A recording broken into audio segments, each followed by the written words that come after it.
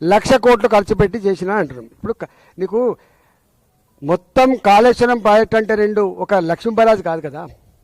Lakshmi barrage ఉన్నది, అంత అన్నారం ఉన్నది, సుందిల్ల ఉన్నది, మిడిమానేన్ ఉన్నది, ఒక అనంత సాగర్ ఉన్నది, ఒక రంగనాయక సాగర్ ఉన్నది, ఆ పైన మల్లన్న సాగర్ ఉన్నది, ఆ పైన కొండపోచమ్మ సాగర్ ఉన్నది, అక్కడి నుంచి బస్వాపురం ఉన్నది.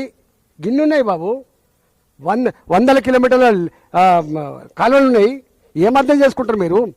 1,00,000 కోట్లు కలిసిపోతే 1,00,000 కోట్లు తిన్నానని చెప్పి వాళ్ళు అనగానే నేను అవును నిజమే తిన్నానని మాట్లాడాను. నేను ఏమన్నా జ్ఞానం ఉందా? 1,00,000 కోట్లు ఇప్పుడు రేపు నువ్వు మూసితే ఎత్తున్నావు, ఓ 1,00,000 కోట్లకు ఎస్టిమేట్ అవుతాడు. 1,00,000 కోట్లు తిన్నాడని చెప్పి ఆరోపణ చేస్తే 1,00,000 కోట్లు తిన్నట్ట?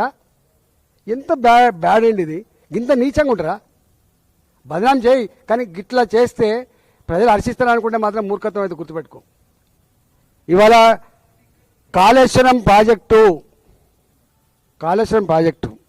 కొన్ని వందల టీఎంసీల రిజర్వాయర్లు, కొన్ని వందల కిలోమీటర్ల పైప్ లైన్లు, కొన్ని వందల కిలోమీటర్ల కాల్వలు, పదుల సంఖ్యలో టన్నల్స్, మోటార్లు, పంపులు, కొన్ని పెద్ద పెద్ద టవర్లు, ఎలక్ట్రిసిటీ టవర్లు, పెద్ద పెద్ద లైన్లు అనేకం ఉన్నాయి కదా.